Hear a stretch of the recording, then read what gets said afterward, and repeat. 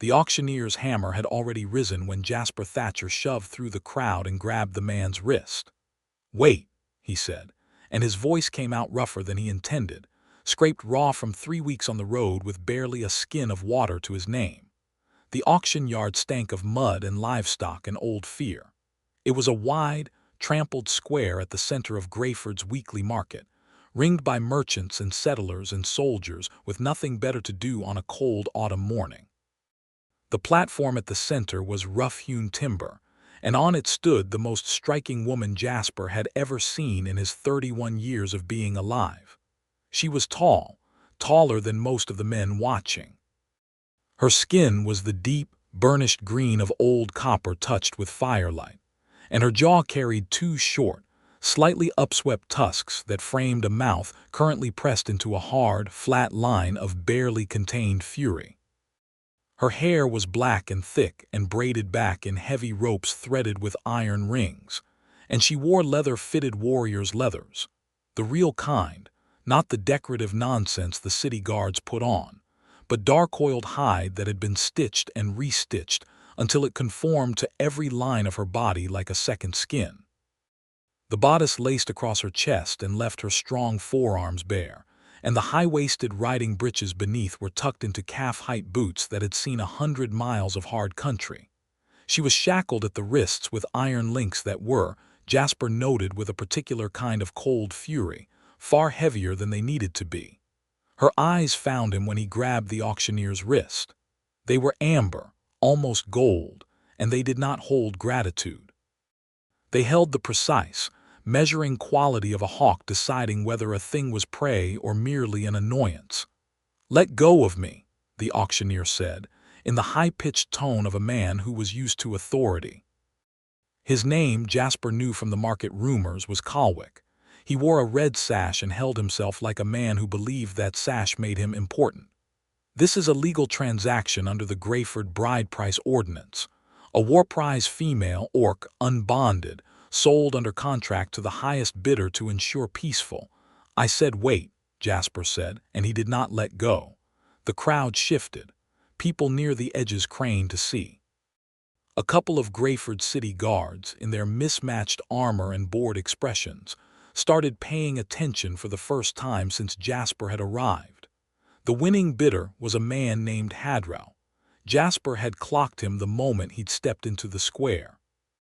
Hadrow was merchant fat and merchant wealthy, with ringed fingers and a weasel-narrow face, and he was already stepping forward to take possession of the contract parchment, as though the whole thing was a pleasant afternoon transaction, like buying a good horse. He had not once looked at the woman on the platform as though she were a person. He had looked at her the way a man looks at a tool he intends to use until it breaks. "Release the auctioneer," one of the guards called. "Or I want to see the contract," Jasper said. He said it loudly. He said it in the voice he had spent years training, the carrying, iron-edged voice that once crossed a battlefield and kept men from dying. He had not used that voice in 4 years, and it surprised him how easily it came back. The crowd went a little quiet. Calwick, rattled, handed over the contract parchment more from reflex than reason. Jasper read it. He read every line of it, standing there in the mud with the crowd watching and the autumn wind cutting through his worn traveling coat. He read it with the steady, slow attention of a man who had once been trained to read military orders for the gaps between the words, for the places where intent hid in the language. It was ugly. Not illegal exactly, not by Grayford's law, which was itself ugly, but it was ugly in every human sense. The woman on the platform, identified only as war prize female, non-citizen orc classification, was being sold into a household contract that amounted to permanent servitude with a clause that used the word marital as a legal fiction to make it harder to challenge. She could not leave without Hadrow's written permission. She could not own property. She could not seek employment. Any injury she sustained was the legal responsibility of no one. And at the bottom, there was a line about the contract being transferable to any subsequent buyer without her consent. Jasper looked up from the parchment. He looked at Hadrow, who was already reaching for it with his ringed hand. He looked at Kalwick, whose face had gone blotchy. He looked at the woman on the platform, whose eyes had not left him. He ripped the contract in half. The sound was not loud, but the silence that had built in the square made it carry. He kept going. He ripped it into quarters, eighths. He let the pieces fall into the mud and stepped on them, and then he looked at Kalwick and said very clearly, "The contract is void." Hadrow sputtered. That document is legally ripped," Jasper said. "You cannot simply—" "I just did." The guards were moving now. Two of them, hands on the pommels of their swords, though not drawing. Jasper did not reach for the blade at his own hip.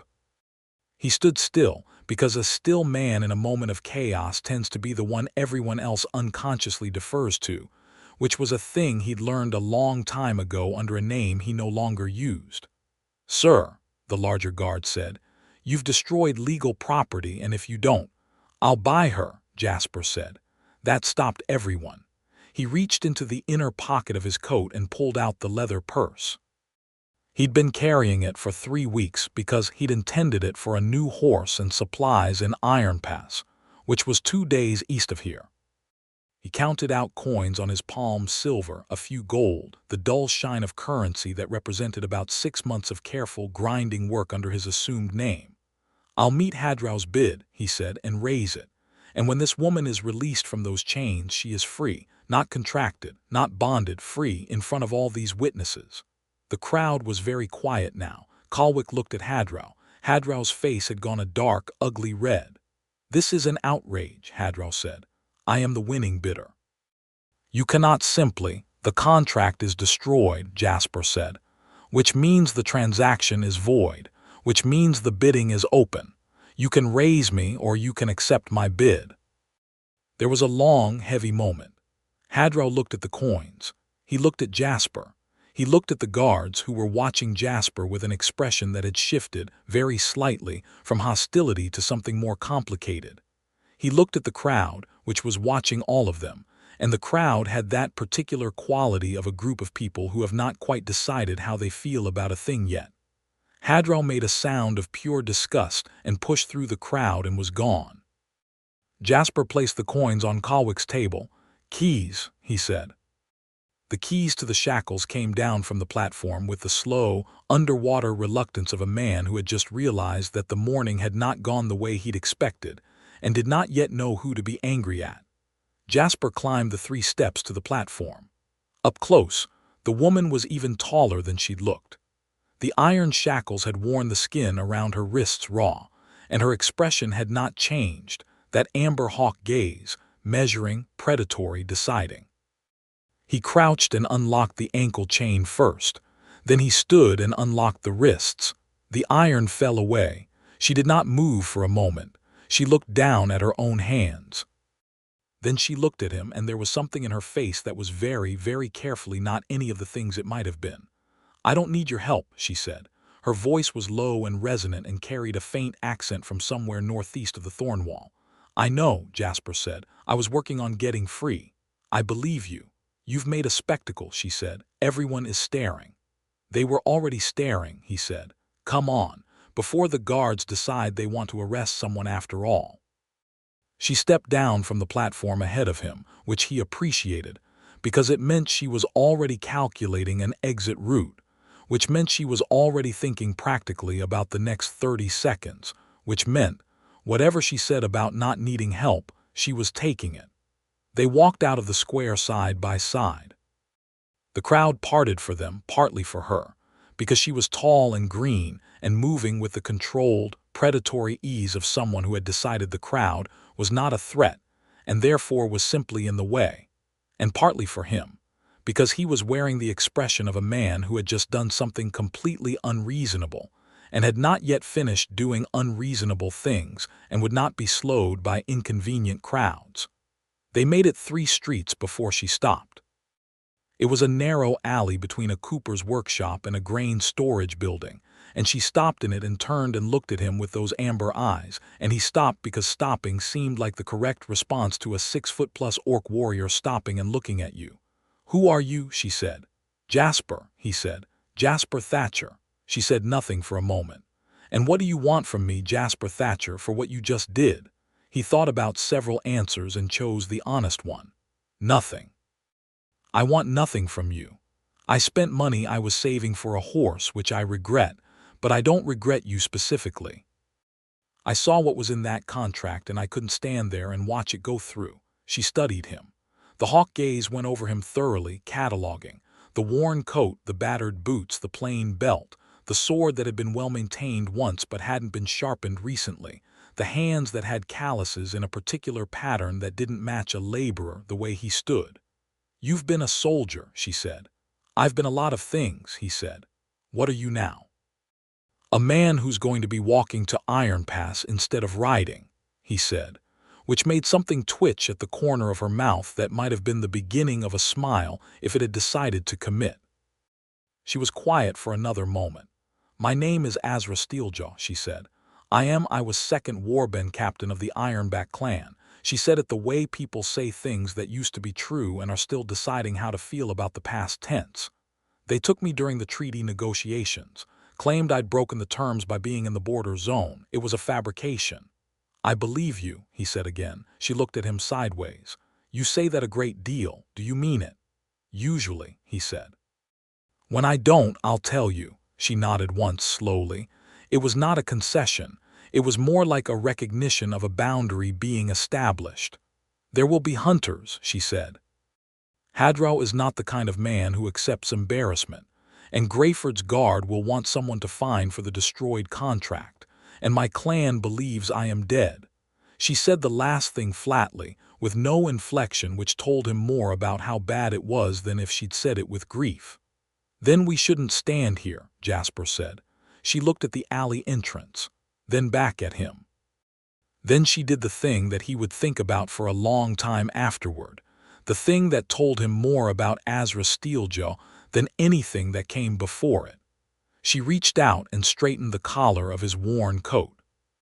A single, brisk, matter-of-fact gesture like a person adjusting a thing that is bothering them, and then she dropped her hand and turned and walked toward the alley's other end. "You'll slow me down on foot," she said. "Your legs are shorter."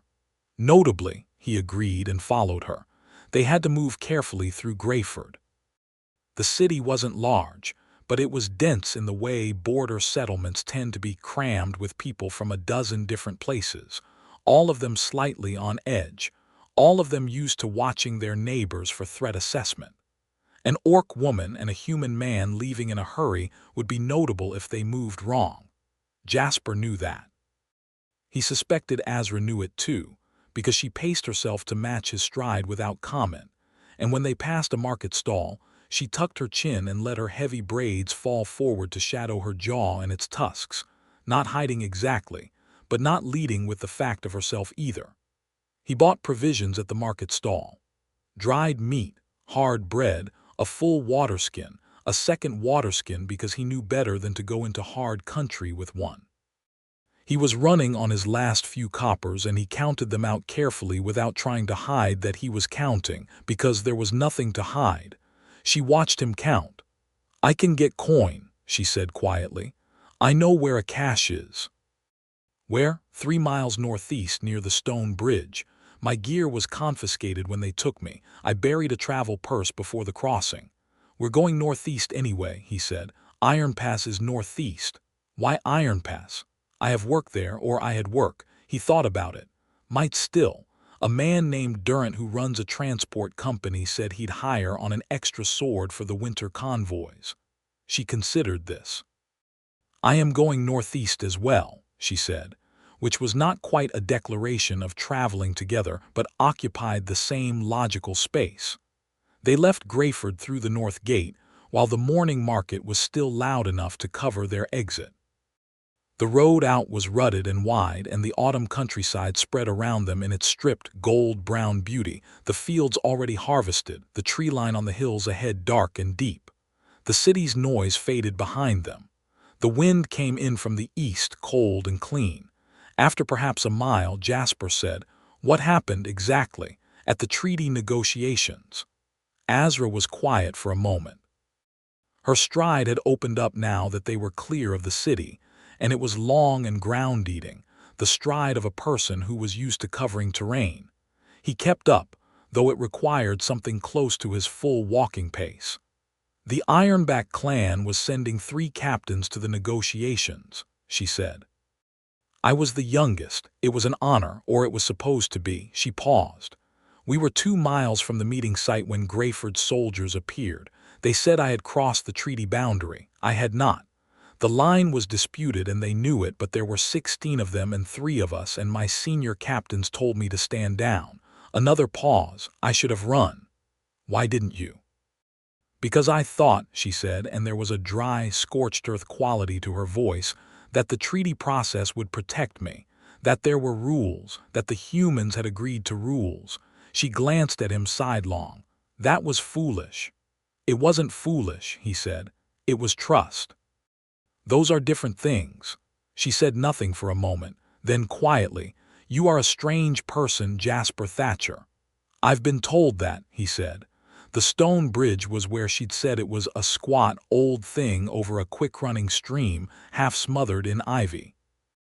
Azra stepped off the road into the undergrowth without hesitation and paced out 15 steps from the bridge's eastern support and dug in the soft earth with her bare hands, quick and efficient, and came up with a waxed leather package about the size of a man's fist. Inside, coin, a folded map, a short knife, and a piece of pale stone the size of a thumb.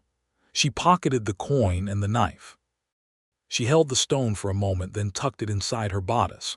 What's that? He asked. A marker, she said.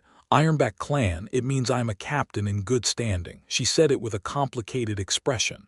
Whether that is still true depends on whether my clan believes I deserted or died. And which do they believe? I don't know, she said. That's what I need to find out.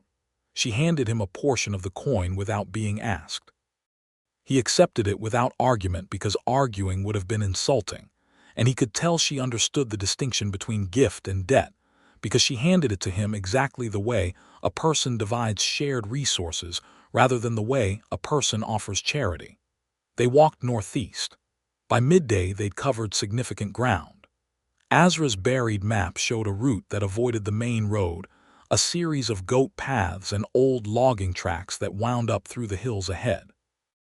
Jasper studied it and said it was good, and she said she knew it was good because she'd drawn it herself 6 months ago when the treaty situation had started going rotten, and she'd begun contingency planning. You planned your own escape route 6 months ago, he said. 3 escape routes, she said. He nodded. He did not say what he was thinking, which was that she'd been right to do it, that the kind of careful, unglamorous preparation that most people mocked in a person, until that person turned out to be the only one with a path out of trouble, was exactly the kind of thinking that kept people alive. He did not say it because it would have sounded like a compliment, and he suspected Azra Steeljaw received compliments the way a person receives an unexpected object thrust at them without explanation, with momentary wariness. They made camp that night in the shelter of a limestone overhang in the first real hills. Jasper gathered wood and built a fire small and careful, screened by the rock, and Azra distributed the provisions with precise fairness and sat cross-legged on a flat stone and watched the fire with the quality of a person whose thoughts were running fast and private behind calm eyes. Tell me about your other names, she said, not looking at him. He was quiet. You use your hands like someone who was trained, she said, not just swordsmanship. The way you held yourself in the square, the way you spoke, that was officer's training. He was quiet a little longer. Thatcher is not your birth name, she said. It was not quite a question. No, he said. She looked at him then. The firelight caught the gold in her eyes. I told you my name, my real one, my title. The things that could get me killed in a border settlement. She held his gaze. I think that earns me something. He thought about 4 years under the name Thatcher. He thought about the moment when the thing he'd done, the thing that had seemed, at the time, like the only possible right choice, the only thing a man with a conscience could do, had ended his commission and his rank, and his welcome in every city in the Aldenmere territory. He thought about how long he had gone without saying his own name aloud to another person. Jasper Aldren, he said. That's my name. I was a knight, 3rd rank. I served under Commander Holt's banner in the Thornwall campaign 4 years ago. He looked at the fire. I reported Holt for ordering the massacre of a surrendered Ironback encampment. I had evidence. I presented it through proper channels. He stopped. She said nothing. The proper channels belonged to Holt, he said. The evidence disappeared. I was stripped of rank and name, and told that if I continued to make the allegation I would be charged with treason. He picked up a small stone and turned it in his hand. I had committed the extreme personal foolishness of trusting the system to protect me. She was looking at him with an expression that was very still. An Ironback encampment, she said. Yes. 4 years ago, she said. Yes.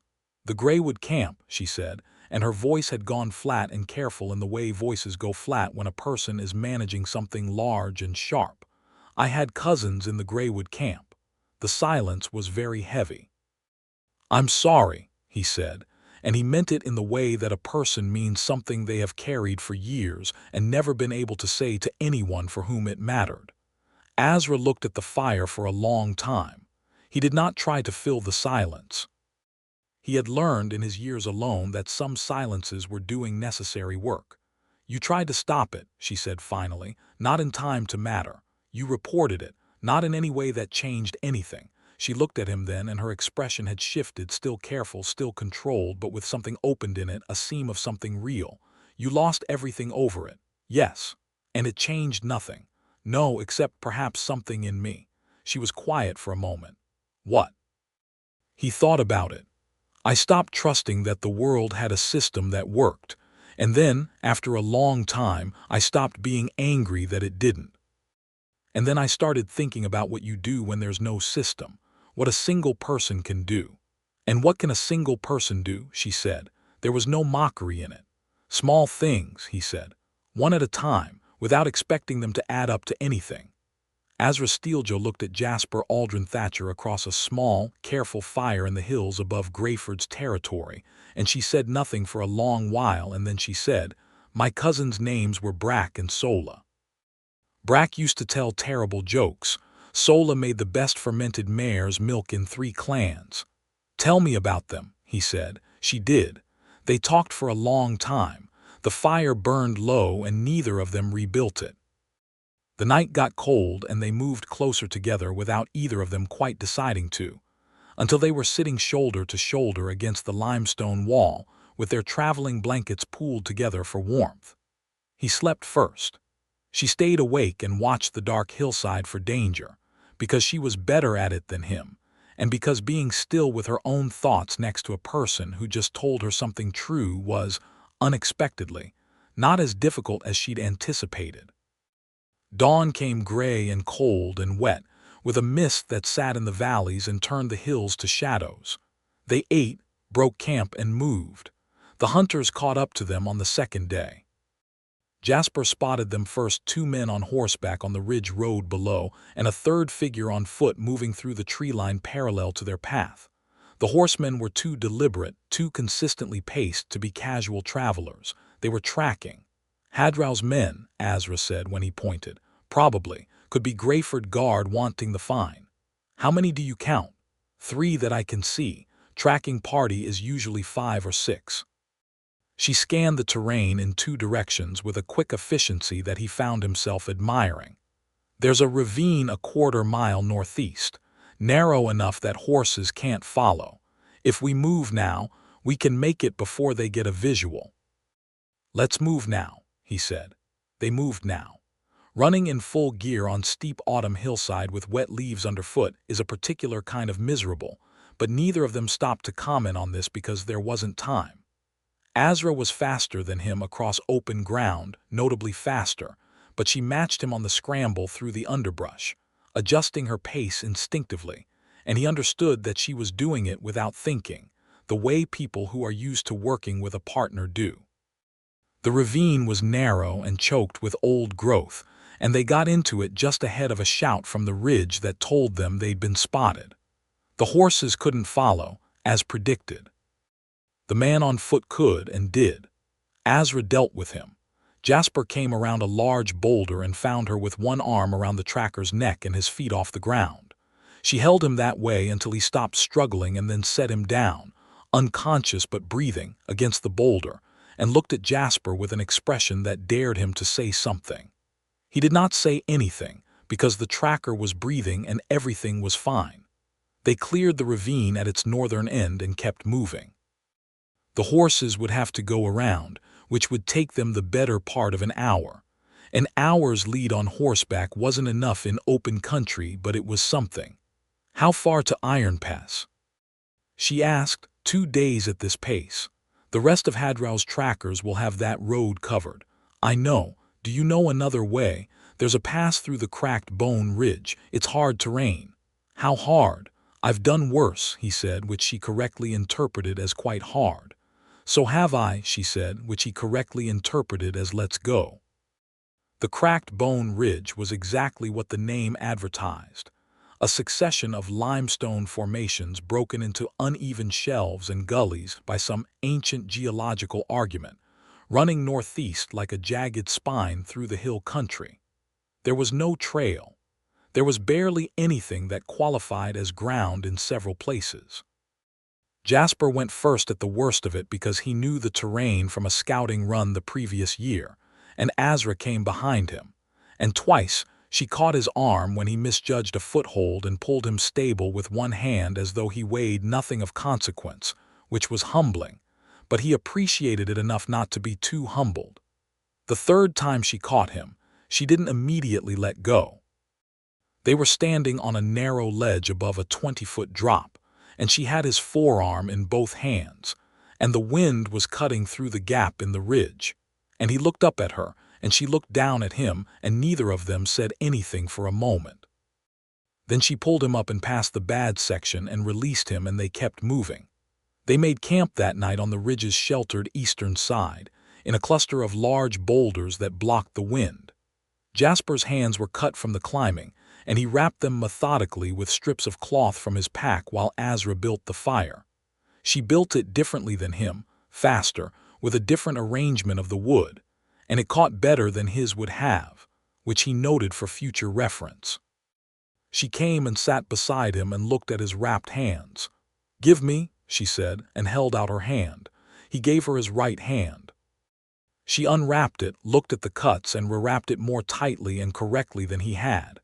Her hands were larger than his, and her skin was warm, and she was efficient and unhurried about it. "You did the same for the left," she said. "Same." "It's fine," she said, meaning the wrapping he'd done, which was a compliment from a person who didn't give them easily.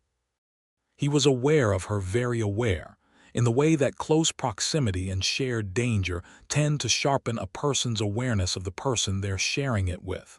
The heat of the fire, the dark weight of her braids, the way she sat, not quite touching him but close enough that he could feel the warmth of her arm against his.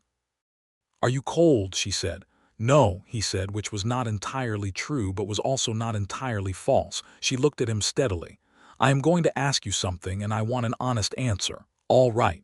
When you paid for me and tore up the contract," she said, "you did it because it was the right thing." "Yes. Not because you wanted something from me." "No," she studied his face. "And you expect nothing now." "Nothing," he said. "What you do from here is yours. If you want to go your own way at Iron Pass, you go your own way. If you want help reaching your clan, I'll help if I can. If you never want to see me again after we're clear of Hadrau's people, that's also fine." A long pause. "That's not what most men would say," she said. "I know. Most men who paid that kind of coin," she said, and her voice had something in it now, something low and careful, would have an account they intended to settle. "Yes," he said. "I know what those men are like. I don't want to be them." She was very close. The firelight moved on her face, caught the warm copper tones in her green skin, highlighted the line of her jaw and the slight curve of her tusks. She was watching him with those amber eyes, and whatever she was thinking was running deep and quiet behind them. "Azra," he said, very carefully, because he was a man who tried to be honest even when it was inconvenient. "I'm not going to say nothing about how I feel because you asked for honesty. I think you're extraordinary. I think you are one of the most remarkable people I've met in a long time, but what I want from you has nothing to do with what I paid or what I did in that square. Those are separate things and they'll stay separate regardless of what you decide." She did not look away. "What do you want from me then?" she said quietly.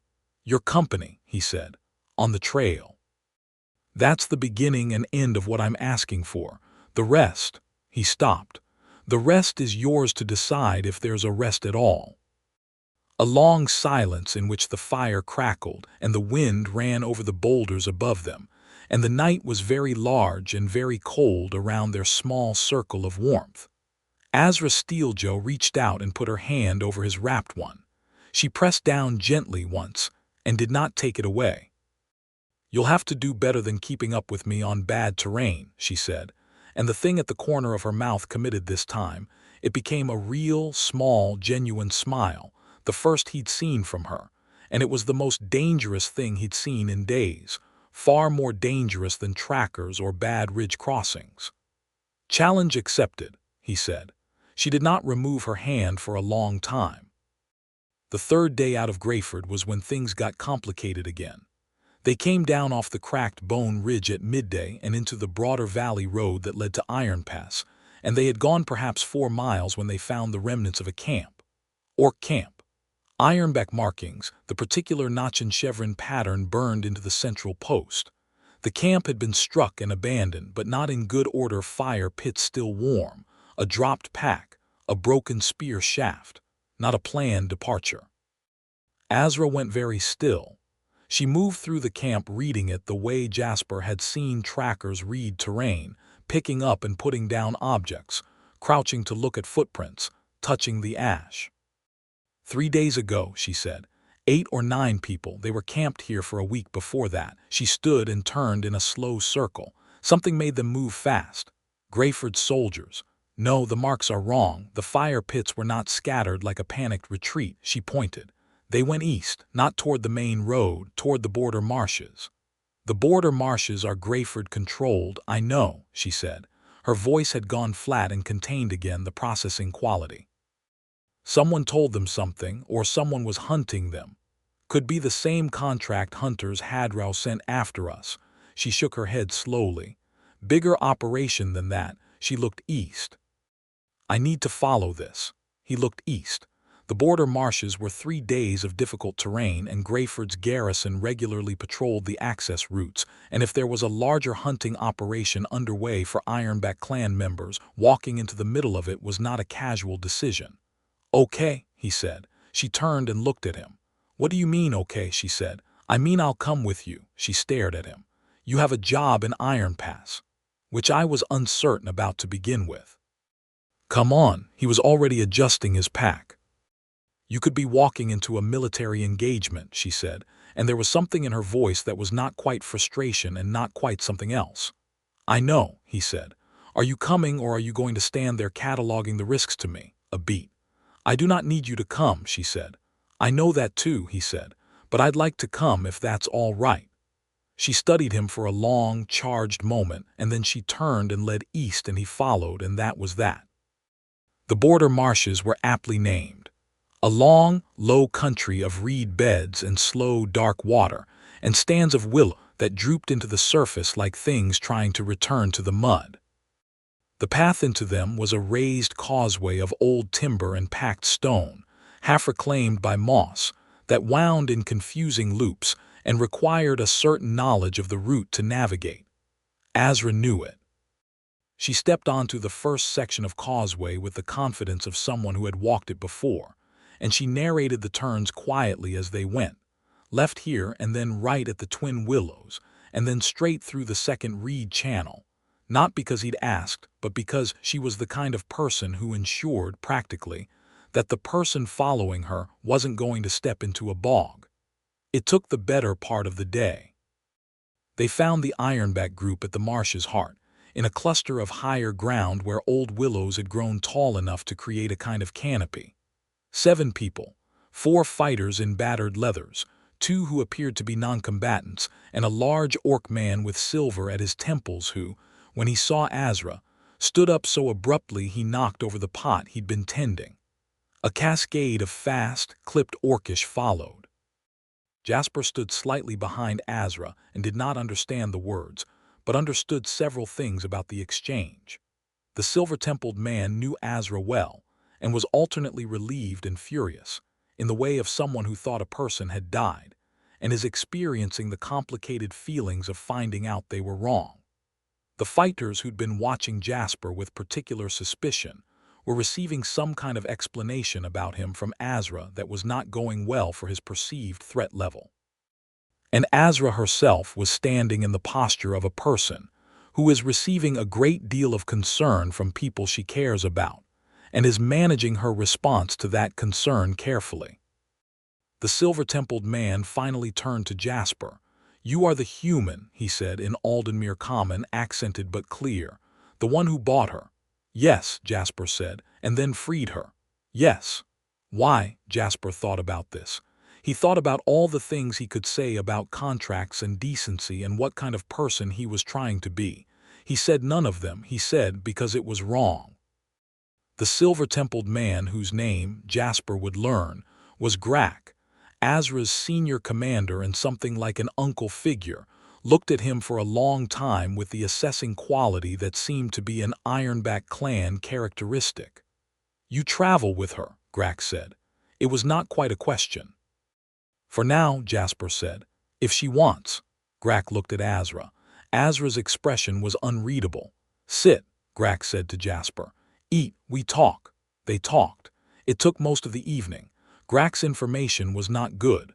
The treaty negotiations had collapsed entirely after Azra's seizure. The Ironback clan had pulled out, citing the violation, but Greyford's officials had used the collapse to push a new territorial claim through the regional council. The claim, if validated, would effectively drive the Ironback off their traditional marshland territories in the east. The validation was 3 weeks away. And Grak said heavily, there was a man named Commander Holt coordinating the legal campaign. Jasper went very still.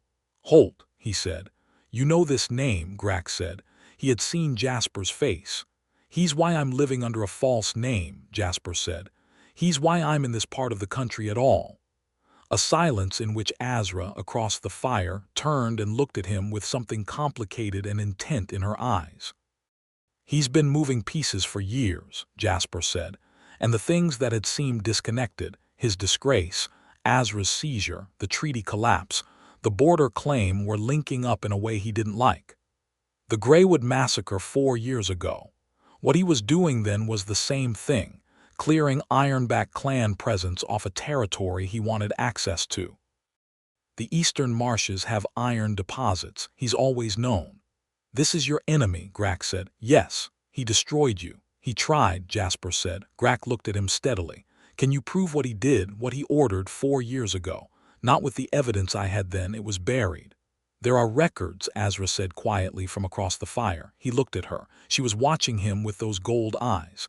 "Ironback records. My clan kept records of everything from the Greywood camp. Survivor testimony, evidence of what happened. We kept it because we intended someday to bring it." She paused. "We never had anyone on the inside who could make it matter." The pieces continued linking. "If I presented myself," Jasper said slowly, publicly, as Jasper Aldren, not Thatcher, as the disgraced knight who made the original report against Holt, and if I presented it together with Ironback evidence at the regional council session in 3 weeks, you'd be arrested," Azra said. "Your old name is a wanted name." "Possibly," he said. "Probably." He thought about it. "But Holt's entire operation depends on controlling the narrative, on keeping the Greywood massacre buried. On me staying buried. If I surface publicly with evidence in front of the regional council, in front of witnesses, he will try to have you killed," Azra said very directly. "Yes," Jasper said. "This is not a small thing you are proposing," she said. "No. You would do this," she said slowly, "for my clan." He looked across the fire at her. "For yours," he said. "And because Holt has been walking free for 4 years while I've been walking under a wrong name, and I'm tired of it." Grak watched them both. His expression was difficult to read, but there was something in it that looked like a man who was updating a prior assessment. Azra stood up and walked around the fire and sat beside Jasper. Not touching, but beside him, which in context said everything. "We have 3 weeks," she said. 3 weeks, he agreed. "I need to get to the main Ironback camp first. The records are there, a day east of here in the deep marsh. Then we go east," he said, "and then to the regional council chambers in Aldenmere City," she said, "which is 8 days from here." 8 days, he said. "And then," she said, looking at him, "we blow the whole thing open." Something in him settled, like a gear finding its seat after a long time running rough. It was a terrible plan with a reasonable chance of getting him arrested, and a smaller but non-trivial chance of getting him killed, and it was the first thing in 4 years that had felt completely and absolutely right. "Yes," he said. Grack made a sound that in any language probably translated to "well, we're doing this then," and began issuing orders to his people. The day east to the main Ironback camp was wet and difficult, and they arrived muddy to the knee, and were met by a camp of 60-odd people who looked at Jasper Thatcher with the profound suspicion that 60-odd members of a people who had been massacred, manipulated, and stolen from Tend to Reserve for humans traveling in the company of their missing war captain. Azra walked him through the camp in a way that was not quite claiming and not quite introduction, but occupied the space between them. She spoke to people in Orcish and did not translate for him, which he found he did not mind, because the tones and the gradual shift in the body language of the camp around him told him enough. She was explaining. She was vouching. She was doing it in her own way, and he trusted her to do it. The clan elder, a woman named Vrethka who was at least 80, and wore that age with the comfortable authority of someone who had survived everything, and fully intended to survive whatever came next, looked at Jasper for a long time and then said something to Azra that made Azra's jaw tighten. "What did she say?" Jasper asked later when they were alone. Azra was quiet for a moment. "Ed," Azra told him, "that you have the eyes of a man who has been carrying something heavy for too long and needs someone to help him carry it." He was quiet. "And then she said," Azra continued, not looking at him, looking instead at the darkening marsh outside the tent opening, "that I should not let my pride prevent me from choosing a good thing when one walks into my life." A very long silence. "Your elder is wise," Jasper said. "She is infuriating," Azra said, which was the same thing. She found the records. They were in oilskin-wrapped packages in a sealed storage chest, testimony from 19 Greywood survivors, physical evidence including a broken piece of a military seal, a recovered order fragment bearing Holt's identifier, and a log of casualties. It was damning. It was the kind of thing that, in front of the right audience presented correctly, could not be dismissed. That night Azra sat beside him while he read through the documents and told him what each one meant in context, the people involved, the clan relationships, the details that made the abstract documentation into human and orc reality. He listened to all of it. He asked questions. He took it seriously in the way that she had learned in the past few days. He took everything seriously, with the full attention of someone who understood that things were important because they were real and involved real people, not because they slotted into a strategic framework. At some point in the middle of the night she realized that she had shifted, gradually, until her shoulder was against his, and his hand was resting near hers on the low camp table, and neither of them had moved away from it. She looked at their almost touching hands for a moment. Then she covered his hand with hers. He did not move. He just turned his hand over slowly, palm up, and she felt his fingers close gently around hers, and they sat like that while the marsh breathed outside and the camp fire crackled somewhere distant. "Azra," he said very quietly. "Do not," she said equally quietly, "say something careful and considered and sensible right now." "I was going to say," he said, "that I am glad it was your square I walked into." She looked at him. The lamp was low and warm. His eyes were gray, she had noticed, gray like river stone in rain, and they were on her face with that particular quality of attention that she was starting to recognize as entirely his, the quality of a person who is not performing paying attention but is simply and completely present. "You are a very unusual human," she said. "You've said that before in different words. It remains true." "Azra," he said, "what? Can I?" "Yes," she said before he could finish, because she did not want to wait for him to be careful and deliberate about it, and she closed the distance herself, which was entirely correct and fitting, and the kiss was slow and warm, and she felt him breathe out against her lips like a man setting something down after a long carry. When she pulled back, he was looking at her with an expression that was very open, very unguarded, and she felt something in her chest that she could only describe as the particular ache of a wall deciding to come down. "Right," he said, which was not eloquent, but she understood exactly what he meant. "Right," she agreed. The next 8 days to Aldenmere City were 8 days of hard travel and planning and argument, and in the margins of all of that, the steady, deepening warmth of two people who were choosing each other incrementally and with complete intention. They argued about the plan constantly, not about whether to go through with it, that was settled, but about the specific approach. Jasper wanted to present at the council session in full public session, maximizing witnesses. Azra thought this was tactically reckless and preferred a smaller audience of high-authority figures. Grack, who had sent 2 of his fighters with them as escort and tactical support, preferred a simultaneous outside-the-hall demonstration by Ironback clan representatives to create political pressure. In the end, they did all 3, because the argument was actually about which elements to combine, not which one to choose. They camped on the road and she taught him orc trail marks, the particular system of notches and symbols the Ironback used to communicate camp safety and danger along a route. He taught her the strategic notation system he'd learned as a knight, which she immediately recognized as inferior to her clan's system in 3 specific ways and said so. And they spent a delightful hour arguing about information theory in a frost-bright evening, while Grack's fighters ate on the other side of the fire and pointedly did not comment. She learned that he could cook exactly one thing well, which was a particular riverfish preparation he'd worked out over 3 years of living in a series of marginally adequate riverside shacks under the name Thatcher, and it was genuinely good.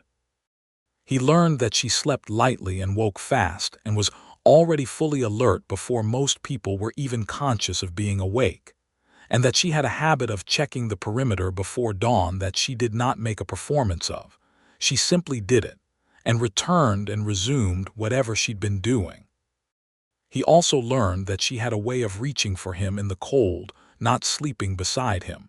They had not made that step yet, but reaching for his hand in the early morning, fingers finding his in the dark with the uncomplicated certainty of someone who has decided they want this and is not going to be subtle about it. He loved it. He could not stop being moved by it. A woman who feared nothing, who moved through the world with the easy competence of someone who had never had a reason to make herself small, reaching for his hand in the dark like it was the most natural thing in the world, like he was something she wanted to hold on to. It undid him, regularly, quietly, in ways he did not try to articulate to himself because some things were better just felt.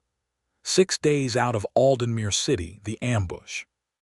It was in a narrow section of the road where pine trees pressed close on both sides, and Jasper noticed it 3 seconds before it happened, which was exactly enough time to shout and pull Azra sideways as the crossbow bolt came from the tree line. It missed. What followed was a confused, close-quarters engagement in deep pine shadow. 6 men, which was not a casual group of bandits, professional, equipped.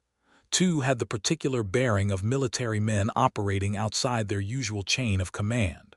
Holt had found out they were coming, or more precisely, Holt had guessed they might be coming, which meant someone in Greyford or in the border region had been reporting on their movements.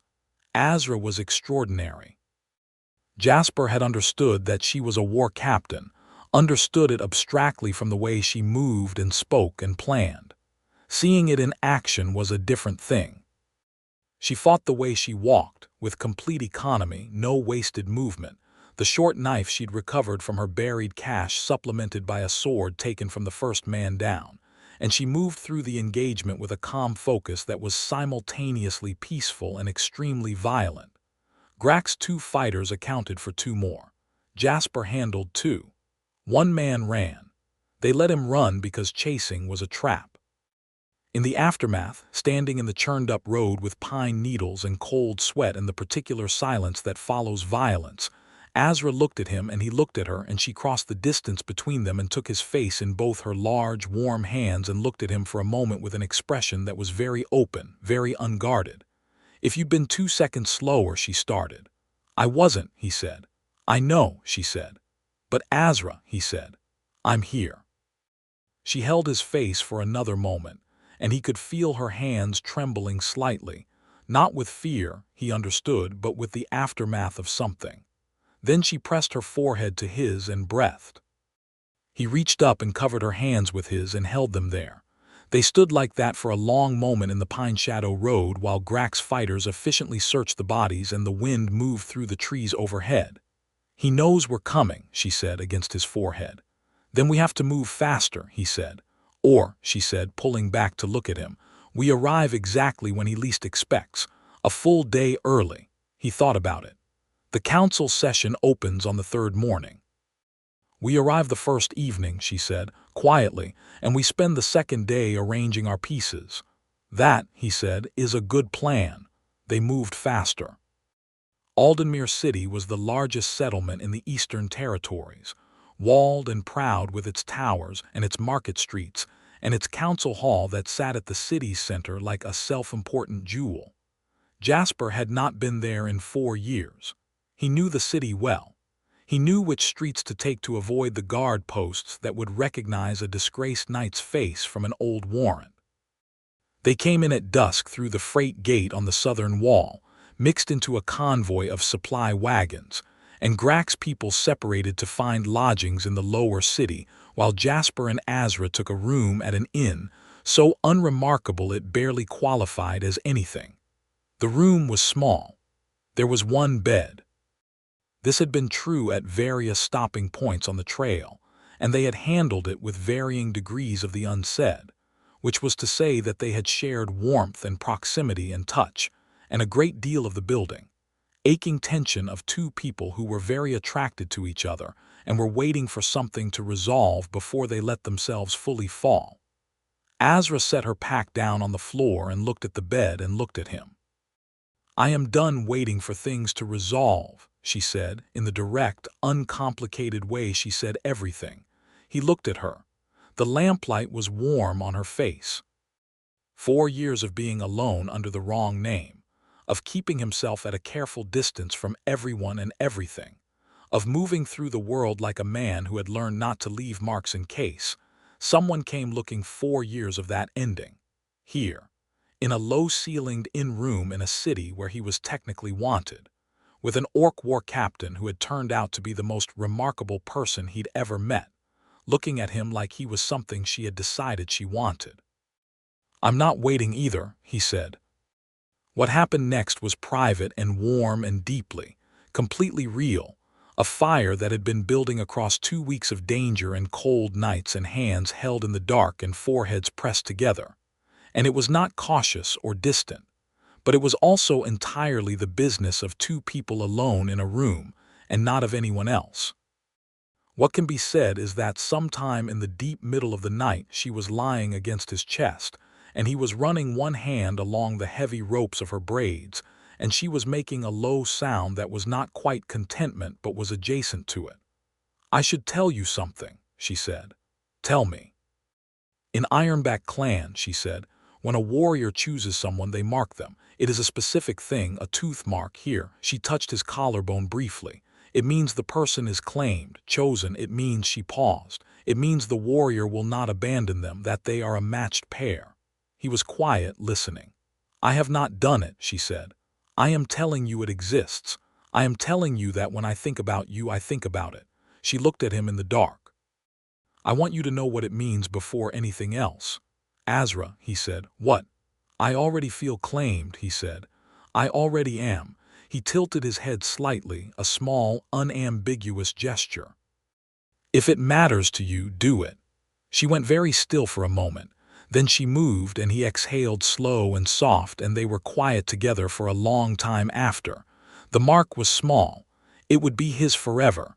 Morning came, and with it the work. Grack arrived at the inn at dawn with his fighters and the oilskin document packages, and the two Ironback clan elders who had made the journey, older warriors with the calm authority of people who had lived through the worst already, and had no residual patience for political nonsense. A woman named Seda, who served as Ironback clan's legal advocate and spoke Aldenmere Common better than most Aldenmere lawyers. And a young male orc named Dreth, who was, Azra explained quietly, the only living survivor of the Greywood massacre who had agreed to testify in person. Jasper looked at Dreth for a long moment. Dreth looked back at him. "You're Aldren," Dreth said. His common tongue was careful and deliberate. "Yes," Jasper said. "The one who filed the report." "Yes." Dreth was silent for a moment. He was perhaps 25, with a scar along his jaw that was old enough to be permanent. "The report didn't stop it." "No," Jasper said. "I know, I'm sorry." Another silence. "But you made the report," Dreth said, "when you knew what it would cost you." "Yes." Dreth looked at him for a long moment. Then he nodded once, which was not forgiveness and was not absolution, but was something, an acknowledgement of a fact, and that was what it was. They spent the day arranging their pieces. Seda presented herself at the council hall as a legal advocate and filed a motion to be heard in open session, citing the Ironback Treaty violation as material to the territorial claim under review. The council clerk, buried in paperwork, stamped the motion with the reflexive efficiency of someone who processed dozens of motions daily and had not yet had occasion to think about this particular one. Grack coordinated with a group of 8 Ironback clan representatives, non-fighters, deliberately, who would position themselves outside the council hall the following morning in full traditional dress, visibly present, as a reminder that the people whose territory was under discussion were real and present and watching. And Jasper prepared his testimony. He sat at the small inn table and wrote out, in the careful hand of a man who had been trained to write military reports, everything he had seen on the day of the Greywood massacre, everything he had reported, every step of the chain of command who had closed the door in his face, every name, every date, every detail. And then he wrote out what he knew about Commander Holt's current operation, the treaty manipulation, Azra's illegal seizure, the falsified boundary claim. Azra sat beside him while he wrote. She did not help. She was not a writer by training, and she knew it. But she sat beside him, present and warm, and sometimes she read over his shoulder and said, "Confirm that," or "the name is spelled differently," or "this date is wrong by 2 days." And these were the things that made the document accurate. When he finished, late into the night, she read the whole thing through without speaking. "This is going to destroy him," she said. "That's the intention. This is going to expose you," she said. "Your name, your whereabouts, everything you've been protecting by hiding." "Yes," he said. "I know." She looked at him. "Are you ready for that?" He thought about 4 years of the name Thatcher and the careful distance and the solitary shacks and the work that was never the work he was meant to do. He thought about being alone, the specific quality of it, not just the absence of people, but the absence of feeling like anything you did mattered to anyone. He looked at Azra. "I'm ready," he said. She took his hand across the table, fingers interlacing with his. She held it for a long moment, and then she raised it and pressed her lips to his knuckles, which was a thing he absolutely did not expect from a woman who moved through the world with such direct, unadorned competence, and it hit him somewhere central. "Okay," she said. "Then we go in the morning." The council hall of Aldenmere City was a stone building of genuine age and genuine pretension, with carved lintels and tall windows, and the self-serious atmosphere of an institution that had been making important decisions for a long time and had developed a proportionate view of its own importance. The session opened at the second morning bell, and by the first bell the galleries were beginning to fill merchants, advocates, landholders, the kind of people who attend council sessions, because they have interests that council sessions affect. And outside, in the wide stone square that fronted the hall, 8 Ironback clan members stood in their traditional dress under the cold autumn sky and said nothing and looked at the doors. Commander Holt arrived at the second bell precisely. He was a large, gray-templed man, with the confidence of someone who had always found that confidence to be sufficient armor against most things. He had military bearing and a civilian's expensive coat and the kind of face that said, without speaking, that it expected the room to take it seriously. Jasper saw him from across the gallery. 4 years. Holt's face had changed very little. Jasper's had changed enough. 4 years of plain living and hard travel and sun and cold. He was thinner and his hair was shorter and he had a beard he hadn't had as a knight. He did not think Holt would know him on sight. He was correct. Holt took his seat with his advocates and did not look at the gallery. The session opened. The territorial claim was presented by Holt's legal team in dry, careful language that made the theft of Ironback marshland sound like administrative management. Sada's motion was called, and Sada stood and presented the Ironback clan's opposition with a precise legal fluency that made Holt's advocates shift in their seats. The document packages were entered into evidence. Dreth was called and gave his testimony in a clear, quiet voice, and the room was very still while he spoke. Then the council chair said that the opposition had one further witness to present, and Jasper stood up from his gallery seat and walked down to the floor. He heard rather than saw the shift in the room when he said his name. Jasper Aldren, he said, into the council chamber, where his name had been a warrant for 4 years. Knight, 3rd rank, formerly under Commander Holt's banner. I filed a report 4 years ago alleging that Commander Holt ordered the massacre of a surrendered Ironback encampment at Greywood. That report was suppressed. I am here today to present the original evidence, supplemented by Ironback clan records. Holt's head came up. Their eyes met across the chamber. The moment lasted perhaps 3 seconds, long enough for Holt to understand exactly what was happening. Long enough for the room to understand that the man standing on the council floor was not a ghost but a fact. Holt's advocate was on his feet. "This man is a wanted. Present your evidence," the council chair said to Jasper, cutting across the objection with the impatient authority of someone who had sat through too many procedural maneuvers and had a full session ahead. Jasper presented his evidence. He was thorough. He was calm. He presented the original order fragment, which he had managed to retain a copy of in coded form in his own records. He presented the survivor testimonies. He presented the chain of command.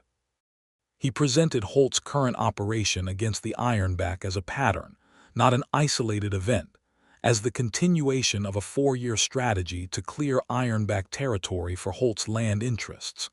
Holt's advocates objected 5 times. The council chair overruled them twice and simply ignored them 3 times. When Jasper finished speaking, the chamber was quieter than a council chamber usually got. It was the quiet of a room in which something has shifted and everyone is aware of the shift and is adjusting their positions accordingly. Holt stood. His confidence was intact, but its quality had changed, thinned, like a coat that is sufficient for normal weather and is meeting something worse. "This man," Holt said, "is a disgraced knight with a grudge and a 4-year absence from any verifiable account. His testimony is corroborated," Sada said from her table in a carrying voice, "by 23 separate documents, of which 7 are original artifacts. The council is requested to note that the original documents have never been submitted to refutation because the report filed by Sir Aldren was administratively suppressed before it could be processed. We submit that the suppression itself constitutes evidence of deliberate concealment." A pause. "We also submit," Sada said, "the name and rank of the officer who processed the suppression order. His name is on the record." She placed the document on the table. "Commander Holt's name is on that order." The council chair picked up the document.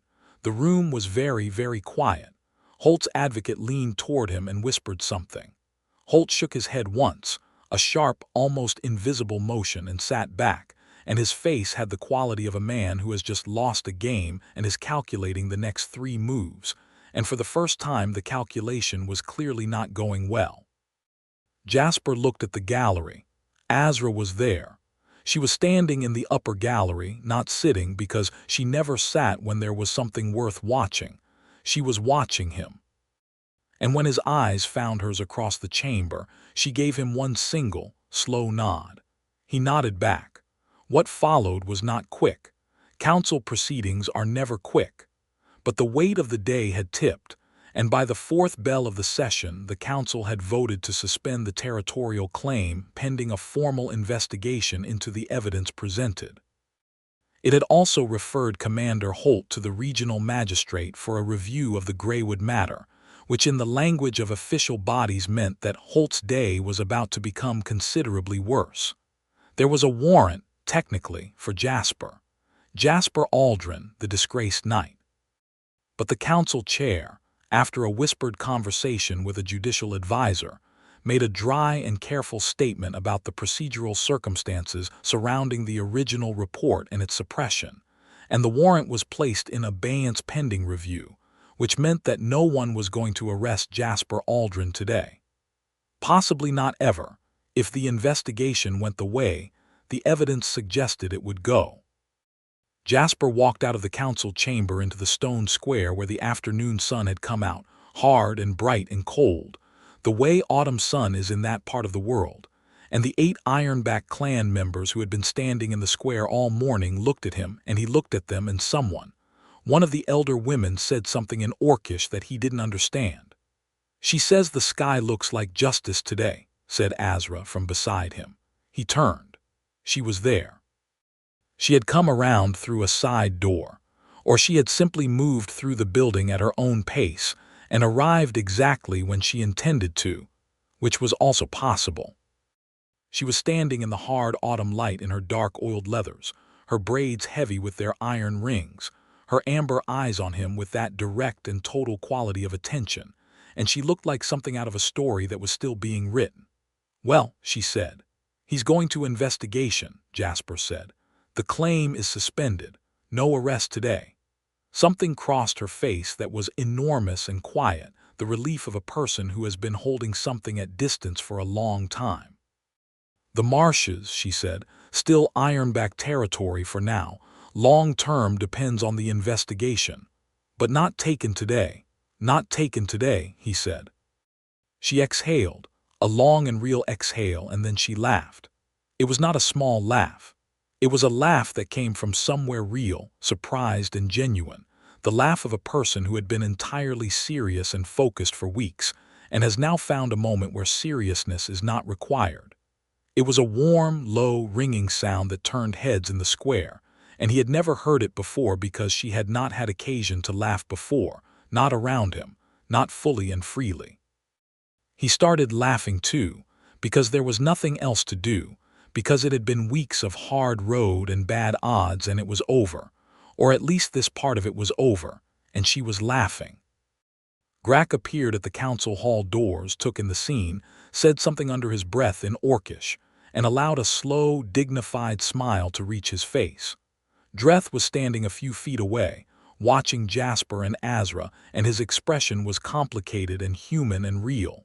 He did not laugh, but he did allow himself to look briefly like a person who has received something. Jasper looked back at Azra. She was still laughing, the last of it, the corners of her eyes creased, her tusks bright in the afternoon sun, and she was looking at him with her full attention and her full warmth and the complete, uncomplicated openness of someone who has stopped managing themselves around this particular person. "Your name is back," she said. "Jasper Aldren." "Jasper Aldren," he agreed. "It sounds strange. You'll get used to it." "Will I?" She stepped toward him, and he stepped toward her, and the square with its gathered people and its hard autumn light was entirely public and entirely fine, because she put her hands on either side of his face and tilted his face up and kissed him in the middle of the square with the 8 Ironback clan members watching and Grack maintaining his dignified expression and a passing city guard doing a double-take and moving on. He kissed her back with everything he had. When she pulled back, he was breathing a little faster, and she was watching him with those gold eyes full of amusement and something much larger behind it. "The wreckage is handled," she said, gesturing broadly at the council hall and by extension everything that had just occurred. "More or less," he said, "and Holt will keep getting worse for a while," he said. "The investigation will take months. He'll fight it, but the information is public now. He can't bury it again. My clan can return to the marshes," she said. "That's the idea." She looked at him. "And you? What do you do now, Jasper Aldren? What does a renamed knight do with a clean slate?" He thought about it. He thought about Iron Pass, which he no longer needed for a transport guard job he'd never really wanted. He thought about the city, which had his real name on a warrant in abeyance and would be watching his moves. He thought about the border country, the hills and the causeways and the wide marsh territories that needed, now more than ever, people who understood both the human political systems and the Ironback clan's needs. He thought about Azra. "What does a war captain do?" he said. "When the immediate war is won and she needs to keep the peace." She considered him. "She builds things," she said, "rather than breaking them." "I'd be useful at that," he said. "A beat." "I imagine you would," she said. Another beat, warm and charged with everything unsaid that did not need to be said because it was already understood. "I know the marsh routes now," he offered. "You know them adequately," she said. "You'll just have to keep teaching me." "I plan to," she said, and there it was again, the warm certainty of it. "I plan to," as though this had been decided and she was simply reporting the decision. He reached up and took one of her hands from his face and held it. "Azra," he said. "What?" "I want to stay," he said. "With you, in the marsh country with your clan, whatever comes next. I want to be wherever you are. He stopped, looked at her. "I want to stop being a man who moves through the world without leaving marks. I want to matter to someone." She looked at him for a long moment with those amber eyes, and her expression was the most open he had ever seen it, open all the way through. "You matter to me," she said. "You have mattered to me since the morning you stood in a market square and ripped up a piece of paper in front of everyone and got mud on your boots and did not once consider that it might make your life easier to keep walking." He blinked. "That's very specific." "I remember specific things," she said. "I remember," she said, her voice dropping, "that your collar was crooked that morning and I straightened it, and I did not know then that I was going to love you, but something in me apparently did." The words sat between them in the cold autumn light, large and real and not remotely surprising. "I love you," he said, straightforwardly, because that was how she did things and he had learned from her. "I love you, Azra Steeljaw. I think I started loving you somewhere around the cracked bone ridge when you pulled me up with one hand and didn't even comment on it." She made a sound that was almost the laugh, a smaller, warmer relative of it. "You were going to fall. Impressively." "I could not allow an impressive fall," she said. "I had invested several days in you by then." "Mercenary," he said. "Practical," she said. He brought her hand to his lips, the same gesture she had made over his hand the night before the council session. The unexpected tenderness of it returned. He felt her fingers tighten around his. Grack, across the square, said something to the Ironback clan members in Orcish, and they began gathering themselves and their things with the particular unhurried efficiency of people who have completed a purpose and are ready to move. Someone made a low comment and someone else responded, and there was a brief ripple of amusement through the group. "What are they saying?" Jasper asked. "Grack said that it's time to start back," Azra said without looking away from Jasper, and Vrethka's granddaughter said in approximately these terms that it's about time. "About time for what?" "That's not specified," he grinned. She looked at him with those gold eyes, warm and direct and full of everything, and she grinned back, and her tusks framed it, and she was magnificent and extraordinary in his, and he was hers. And the autumn sun came down hard and bright on the old stone square of Aldenmere City, where the wreckage of Holt's 4-year scheme lay scattered in official documents, and the future was entirely, terrifyingly, wondrously open. "Let's go home," she said. "Where is home?" he asked. She looked at him, a long, considering, entirely certain look. "Wherever we're standing," she said.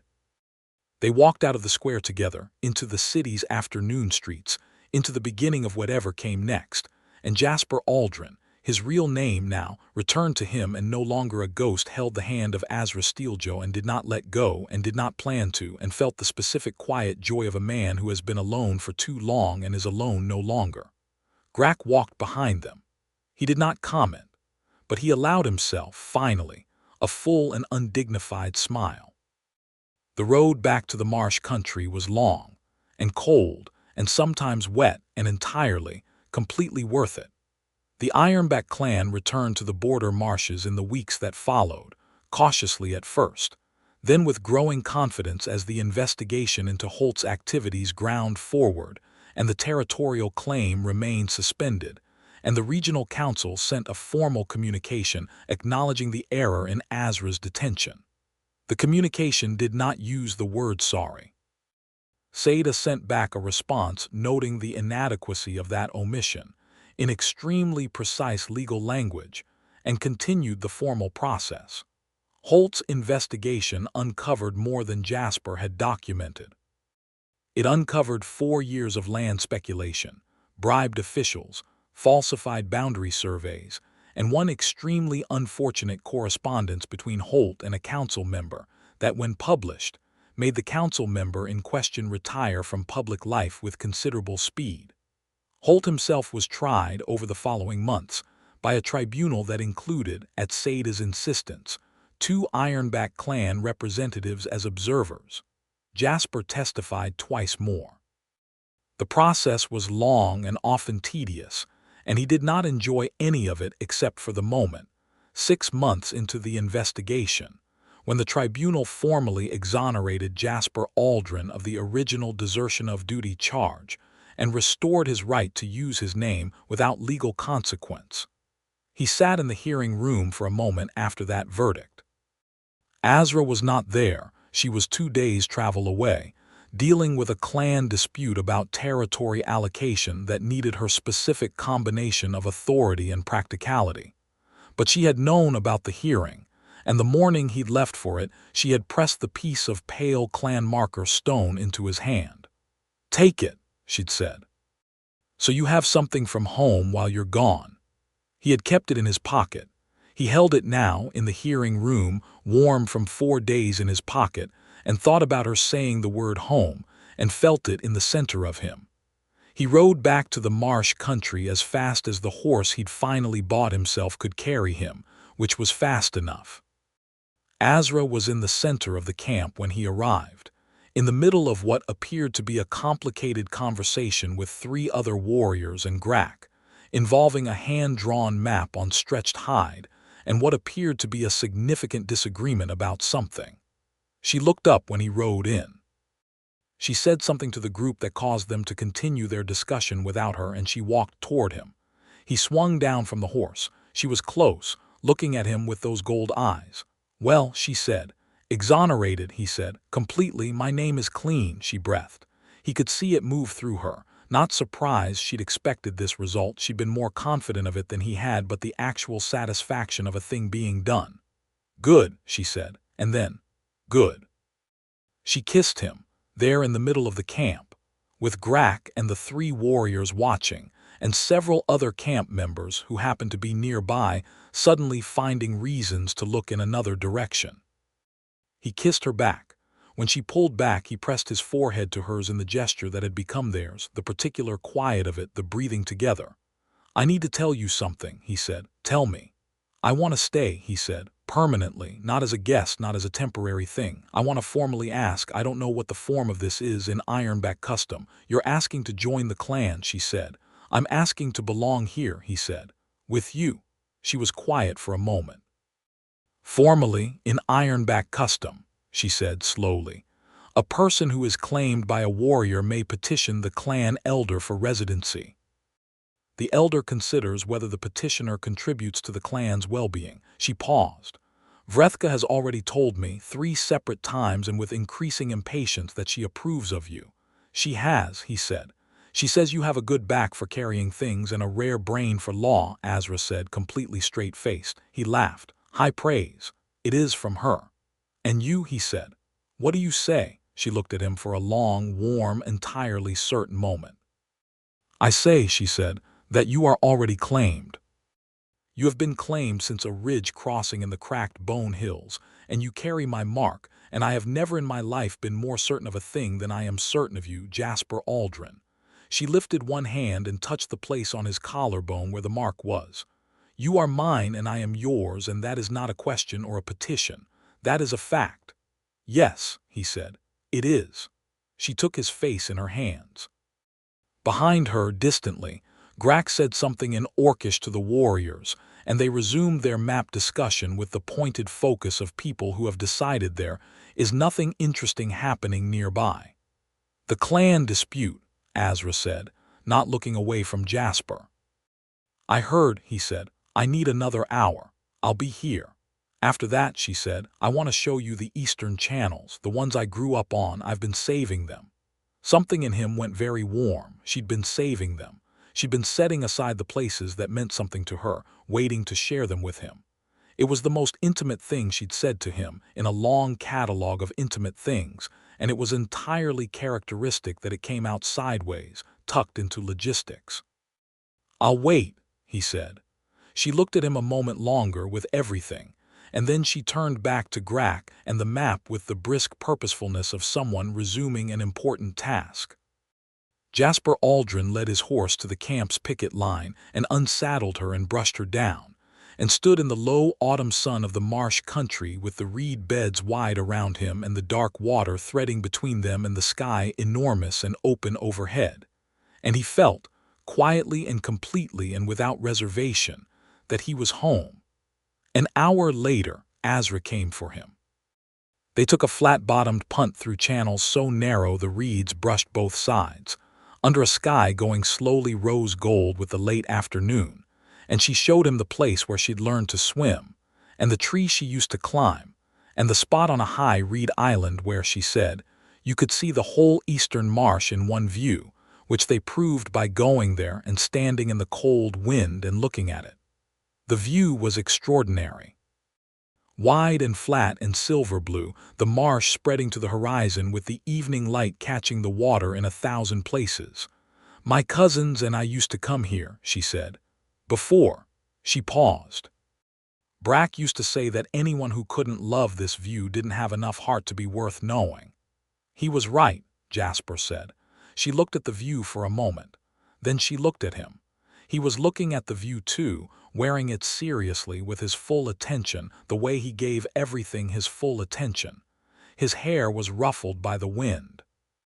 He looked like himself, which was the only way she could think of it, like a man who had finally stopped trying to be smaller than he was and had found the exact size he was meant to fill. She slipped her hand into his. He closed his fingers around it. They stood on the reed island in the evening light and looked at the marsh, and everything behind them, the auction square, the ripped contract, the cracked bone ridge, the border marshes, the council chamber. The long road between then and here settled into the past where it belonged, complete and resolved and necessary, every piece of it because it had led here. Here, with the water silver around them and the sky going deep, standing at the end of the world's most improbable path, her hand in his and his in hers. "Hey," he said. "What?" "I love you," he said simply. She leaned against him, her shoulder to his, the solid, warm weight of her. "I know," she said. And then, after a moment, very quietly, "I love you."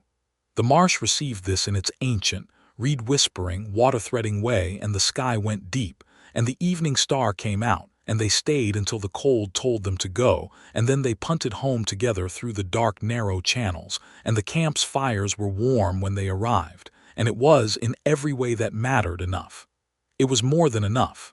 It was everything.